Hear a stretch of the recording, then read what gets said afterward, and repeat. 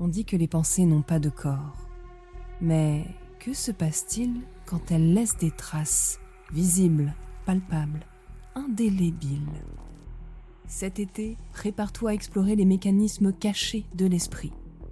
Pas de crime apparent, juste des psychés disséqués. Pas de coupable évident, juste des secrets à exhumer. Je suis Maëva et je t'invite dans ma salle d'interrogatoire intérieure. Bienvenue dans Autopsie mentale. L'enquête commence maintenant. Mardi 15 novembre, 14h30, aéroport Charles de Gaulle, terminal 2E, vol Air France en provenance de N'Djamena qui vient d'atterrir. Les passagers sortent. Famille tchadienne, businessman, coopérants bronzés qui rentrent. Et au milieu de cette foule, une silhouette qui détonne. Emma Cavalier, 26 ans, cheveux sales, regard vide, vêtements froissés. Dans sa main droite, elle serre une photo cornée. C'est celle de l'équipe, prise le premier jour. 5 sourires radieux devant le dispensaire de bol. On a retrouvé cet enregistrement de son départ 3 mois plus tôt. Vacciner 10 000 enfants contre la méningite C, avec l'équipe du docteur Keravel, c'est le rêve de toute ma vie. Ça, c'était Emma en juillet. Diplômée majeure de sa promotion à Lyon, sélectionnée parmi 847 candidats pour rejoindre la mission d'urgence la plus prestigieuse de l'année. Et maintenant, voici Emma. Je ne peux plus voir une seule seringue. J'entends encore dans ma tête des enfants qui pleurent. Je suis un danger pour eux. Faut que je parte. Mais voici ce qui va te glacer. Dans cette photo d'équipe qu'Emma serre si fort, tout le monde sourit. Mais vraiment, sincèrement, même Emma, et même à la fin. Alors comment une mission de sauvetage transforme-t-elle une infirmière brillante en épave psychologique ? Et pourquoi Emma garde-t-elle cette photo s'il a été maltraité ?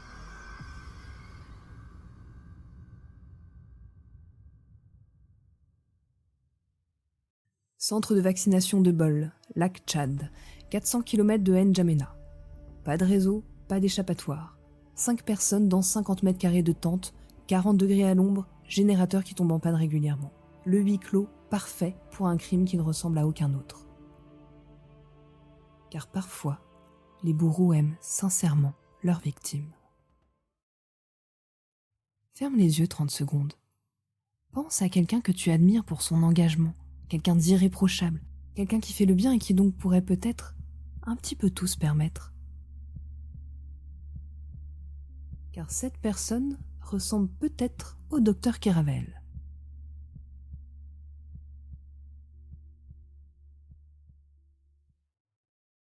Dans ce dispensaire isolé, une équipe de 5 personnes.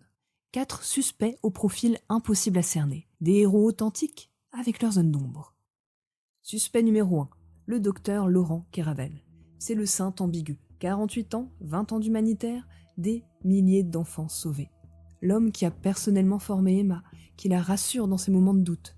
Et voici l'énigme. Il la protège sincèrement, oui. Mais pourquoi Emma devient-elle si dépendante de lui ?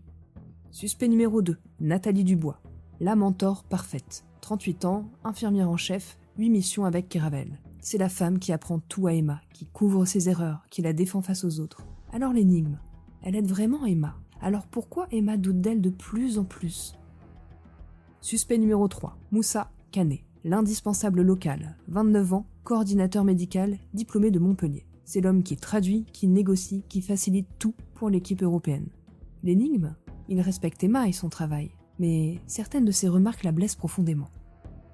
Suspect numéro 4, Clara Johansson, la perfectionniste bienveillante. 33 ans, logisticienne, ancienne ingénieure. C'est la femme qui organise tout parfaitement, qui anticipe les besoins d'Emma. L'énigme, elle facilite le travail d'Emma, mais ses standards la mettent sous pression constante.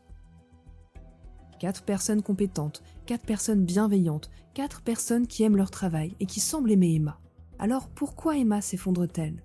Et surtout, qui orchestre cette destruction si subtile qu'elle passe pour de l'aide ? Car dans les crimes psychologiques les plus sophistiqués, les victimes remercient parfois leurs bourreaux. 19 juillet, Emma arrive à Bol. Accueil chaleureux de toute l'équipe. Keravel lui fait visiter personnellement et lui explique tout et la rassure sur ses appréhensions. Première conversation reconstituée. Kéravel s'inquiète de son adaptation, lui demande si elle se sent prête. Et Emma, elle déborde d'enthousiasme, elle est complètement à fond. Et Kéravel sourit, il la félicite pour son attitude. Et puis il ajoute: Emma, ici tu vas sauver des vies. Mais n'oublie jamais, ces enfants comptent vraiment sur nous, et sur toi aussi. Phrase parfaitement normale d'un chef d'équipe, non? Pourtant, Emma la note dans son carnet. Pourquoi? Nathalie prend Emma sous son aile, elle lui montre les protocoles, elle la forme aux spécificités locales. Elle est patiente, elle est pédagogue, elle est rassurante. Emma se sent vraiment en sécurité avec Nathalie. Moussa, lui, il facilite tout pour Emma. Il traduit ses questions aux familles, il explique les habitudes culturelles, il la protège aussi des malentendus. Emma, elle l'adore, elle le trouve formidable, Moussa. Et quant à Clara, elle organise parfaitement le travail d'Emma. Les horaires sont optimisés, le matériel est bien préparé et les plannings sont équilibrés. Emma n'a qu'à se concentrer sur les soins. On a donc une équipe parfaite pour une mission parfaite. Alors il est où le problème? Mi-août, Emma s'est adaptée, elle maîtrise, l'équipe la félicite et elle se sent très intégrée. Mais quelque chose commence à changer. Kéravel développe de plus en plus ses conseils. Il ne se contente pas de lui dire « tu fais bien », il explique pourquoi elle fait bien et comment elle pourrait faire encore un peu mieux. Il lui fait des retours de plus en plus précis et détaillés. Un jour, Emma rate une vaccination. C'est normal, ça arrive. Et alors Nathalie intervient immédiatement, elle répare et elle rassure la famille. Et puis elle prend le temps d'aller débriefer avec Emma ce qui s'est passé, pédagogiquement, mais longuement.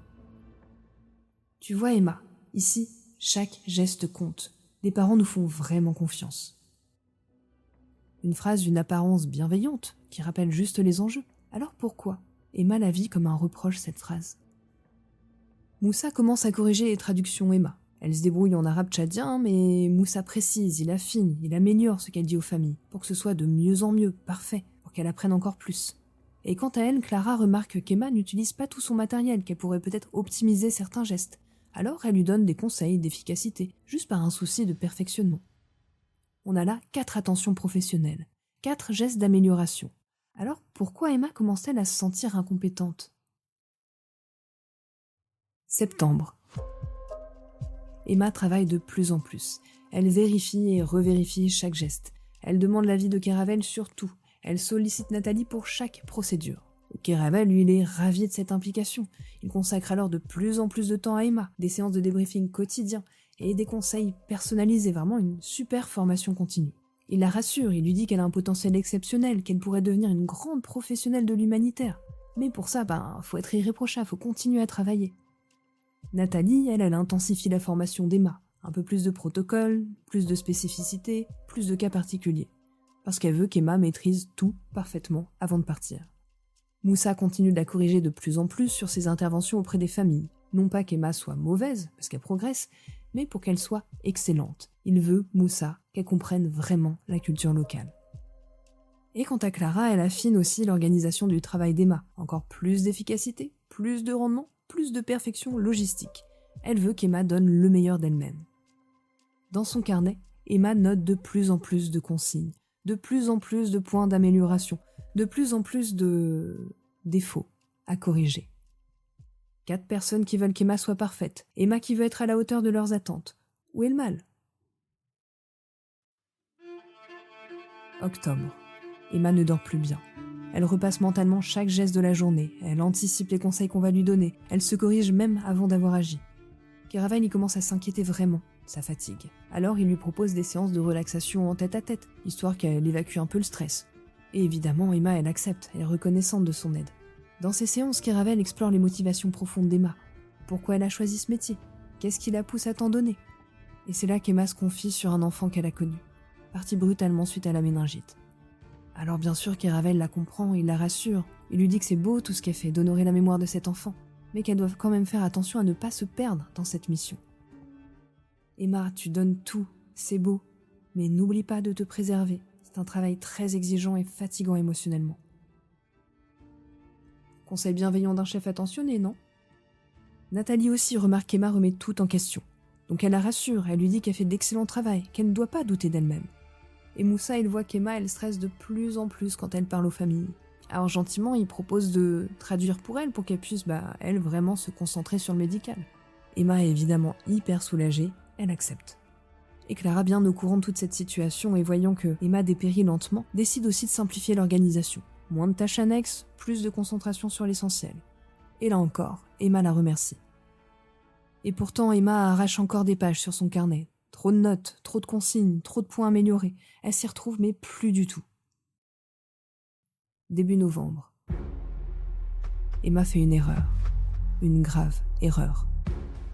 Mauvais dosage sur un enfant de 3 ans. Rien de dramatique médicalement, mais psychologiquement, c'est l'effondrement total.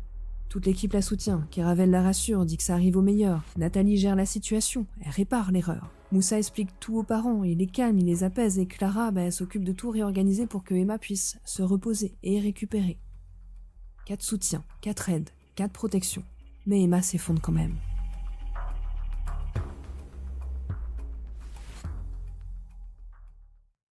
Je suis en danger.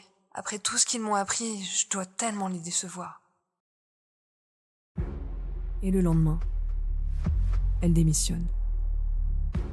L'équipe est sous le choc, attristée. Keravel essaie de la retenir, lui dit qu'elle est excellente. Nathalie pleure en la voyant partir. Moussa et Clara organisent alors un pot de départ.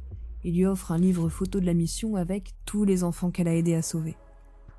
Emma embarque avec cette photo. Cette photo d'équipe qu'elle sert encore. 4 personnes qui l'ont aimée, formée, protégée, soutenue. Alors pourquoi se sent-elle détruite ? Récapitulons maintenant cette destruction parfaite, parce que le crime est bien là, oui, mais où ? Keravel, il ne fait que du bien à Emma. Il la forme, il la rassure et il s'inquiète pour elle. Mais pourquoi Emma devient-elle dépendante de ses conseils ? Pourquoi a-t-elle besoin de son approbation pour chaque geste ? Nathalie, elle protège Emma, elle couvre ses erreurs, elle la forme patiemment. Alors pourquoi Emma doute-t-elle de plus en plus de ses capacités ? Pourquoi se sent-elle incompétente malgré toutes ses formations ? Moussa, il facilite tout pour Emma. Il traduit, il explique, il améliore sa communication. Alors pourquoi Emma perd-elle confiance en sa capacité à interagir avec les patients ? Et puis Clara, elle optimise le travail d'Emma, elle la décharge des tâches annexes, elle perfectionne son organisation. Alors pourquoi Emma se sent-elle incapable de gérer quoi que ce soit ? Challenge final. Qui est le vrai coupable ? Est-ce que c'est Keravel qui crée la dépendance par ses formations ? Est-ce que c'est Nathalie qui instille le doute par ses protections ? Est-ce Moussa qui infantilise par ses facilitations ? Clara qui stresse par ses optimisations ? Ou Emma elle-même qui transforme l'aide en prison psychologique ? Tu as 15 secondes pour choisir ton coupable.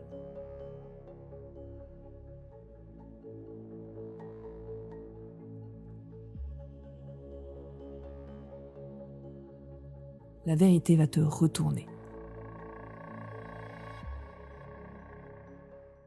Voici la vérité sur la manipulation héroïque la plus subtile qui existe. Il n'y a pas un coupable.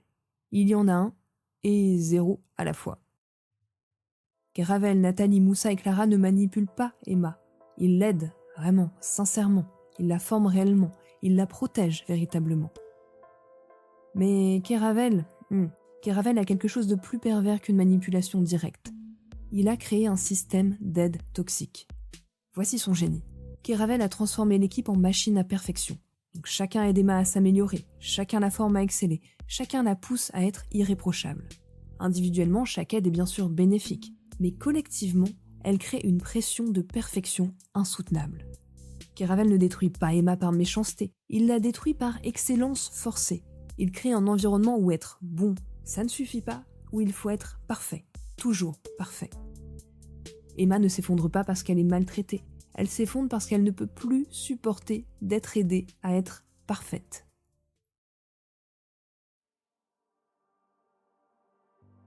Voilà pour toi une question terrifiante. Dans ton entourage, qui t'aide tellement que tu finis par te sentir incapable sans cette aide ? Qui te forme tellement que tu ne te fais même plus confiance ? Ou qui te perfectionne tellement que tu ne supportes plus toi-même tes imperfections ? Dans ton entourage, qui est l'Emma ? Qui est-ce qui rattrape discrètement les erreurs des autres, en étant la seule tenue à la perfection ?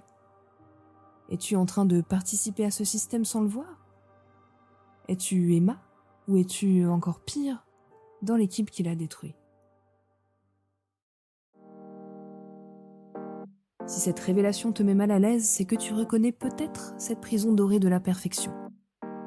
Tu es mon co-enquêteur, alors vote dans les commentaires qui selon toi était le plus toxique. Kéravel, Nathalie, Moussa, Clara ou le système. Et si tu reconnais ce mécanisme, et si on t'aide tellement que tu deviens dépendant de cette aide, lâche un petit « perfection » en commentaire. Et tu sais, il y a une grille secrète pour décoder ce genre d'épisode et tous les mécanismes psychologiques qui en ressortent. Et cette grille, elle est planquée où ? Dans la newsletter. À toi de voir si tu veux t'abonner pour la trouver. Tu trouveras le lien dans la description de l'épisode. Mais sache que je décline toute responsabilité en cas de prise de conscience aiguë. Car notre prochaine enquête va explorer un territoire encore plus tabou. La parentalité performative. Dans l'épisode 3, nous allons enquêter sur une maman blogueuse Instagram. 300 000 followers, spécialiste parentalité bienveillante. Sauf que son fils fait des crises d'angoisse terrifiantes chaque dimanche soir. L'enquête continue. Et la prochaine fois, tu vas découvrir que l'amour maternel peut devenir un spectacle mortel. C'était Autopsie mentale pour voir clair dans les mécanismes les plus subtils.